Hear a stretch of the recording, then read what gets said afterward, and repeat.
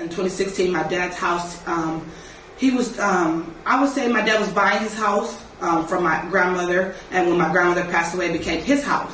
But I didn't know that property tax. I was young at the time, so I didn't know the idea of property tax. I just knew my dad owed $20,000 in property tax.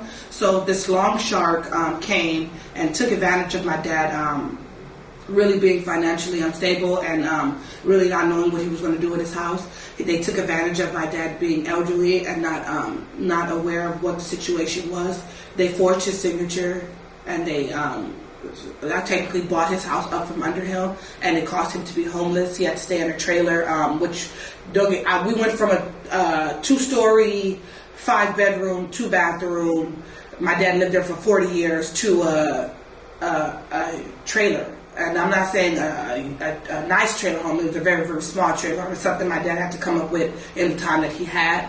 And him staying there, it cost him. It wasn't really he couldn't utilize it to his health benefit, to his health factors. He already had non-Hodgkin's lymphoma. He was already doing his chemo, so it caused him to get pneumonia, and it caused him to get sick. And a year later, my dad passed away. And my dad passed away, and I tried to take up the work that he did, but considering that I wasn't him, I couldn't do as much. So we ended up losing our house. All of my brothers and sisters ended up becoming homeless. The reason why I say that is because if you understand what family is about, you will understand that when it comes to grandmother and grandfather, they always have a place for their grandkids or their kids or all their relatives to come when they're down. They always have the grandparents or those parents that are a pillar in the family, that whenever somebody's down or needs to get on their feet or having difficulties, whether they're being kicked out, having relationship problems, financial problems,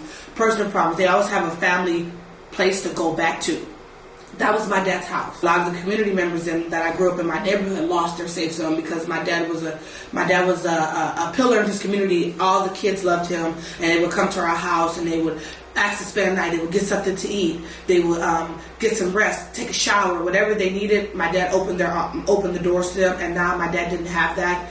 We didn't have that. I didn't have that. I had to stay in a motel for almost 2 months. Luckily, I was blessed to have a partner that cared about my housing situation that allowed me to stay with him. But as you understand, when you're in a relationship with somebody and you live separately, and then when you live together, it starts putting a strain on the relationship that it didn't have before. Very difficult to find a place in Los Angeles when you're 20 years old. You don't really even have credit nowadays. You have to have 650 credit, 620 credit to get a place. You have to have first, last. You have to have a deposit. You have to have this many months of renting experience. And we're 20 and 23. Who has that experience? We're moving out of our parents' house. We don't have that experience. So it kind of we end up staying at our family friend's house because we didn't want to continue to put a strain on the parents, so we would stay with our friends. And it's not easy because your friends love you, and they of course they don't want you on the street, and they want to welcome you in, but that also puts a strain on their family. When I got pregnant with my son, we didn't want, when you have a child, you don't really want to, I don't know what happens, but as a mom or as a dad, your mindset changes. When you have a child, you start going from thinking about self to thinking about that child. You don't think about you anymore. You more think about that child. So what happened is that I wanted to give that child what I was given when I was born. I grew up in a family house from a newborn to 20 years old. I lived with my parents. I know some move out at 18, but I was there until I was 20. I wanted to be able to give my son the same thing that I was able to get. So I wanted him to have his own place. I didn't want to just disturb anybody. So me and my partner, we saved up money to move into this apartment. And when we moved into this apartment, we didn't know what subleasing and things was at that time. These are things that this is why housing is very important. Because if you don't know these jargons, or you don't know these terms, or you don't know the wordings of what people are saying, you don't really understand what you're getting yourself into, because the only thing you're thinking about is this, which is a house over your head. That's all you're thinking about, is a roof over your head. So I met this woman, I would say I was 6 months pregnant. I met this woman, she was getting ready to move out of her apartment. My brother had told me about her, but I was staying with my sister at the time. flash forward, then things didn't go well at my sister's house. I ended up moving into a room with my brother. Now, it's really, really difficult when you're a pregnant woman sharing a room with a person that just had a newborn baby, and it's two couples, and you're both sharing a room together. And don't get me wrong, we did it because that's what you have to do to provide for yourself. You're going to do what you got to do to make sure you have a roof over your head. I was there, but it was stressful because as I'm getting up, getting kicks at 3 or 4 o'clock in the morning, I looked to the side, my nephew was crying.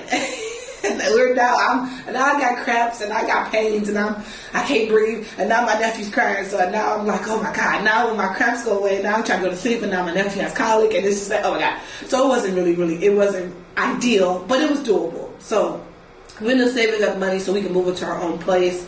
We ended up moving into our own place. We were there for about, I had my son. It was an amazing, amazing experience. Becoming a mom is the best experience in the world. It's something that you don't really understand what your mom is telling you about until you have a kid, and then you understand when you just look at your mom like, yeah, I thank you, I bless you, because you gave birth to me and it's not easy. So we were living there for about 6 months, and then we found out that the rent that I was paying the woman, she wasn't giving to the landlord. So it put us in a position of us being ready to be evicted. And now we're wondering like what's going on, because we've been paying our rent to the woman that's saying she's been paying her rent, and that hasn't been happening. So now we have to be out after a certain time. Now I have a 3-month-old son, and I don't know what to do. I don't know where to go. I don't know where to turn to. The county is not going to help because I've already exhausted my benefits, or they do help, but they only help with X amount of dollars for your income, and it's really not enough to actually put you into a place. It's just not really enough help. So we ended up doing what we could do with a 6-month-old child. We was staying in a motel for 3 months, paying every day for that motel room, which is almost equivalent to $300 to $400 a week, which is very, very, very expensive. If you can do the math, to 3 months that we were living there, we could have just paid rent at a place.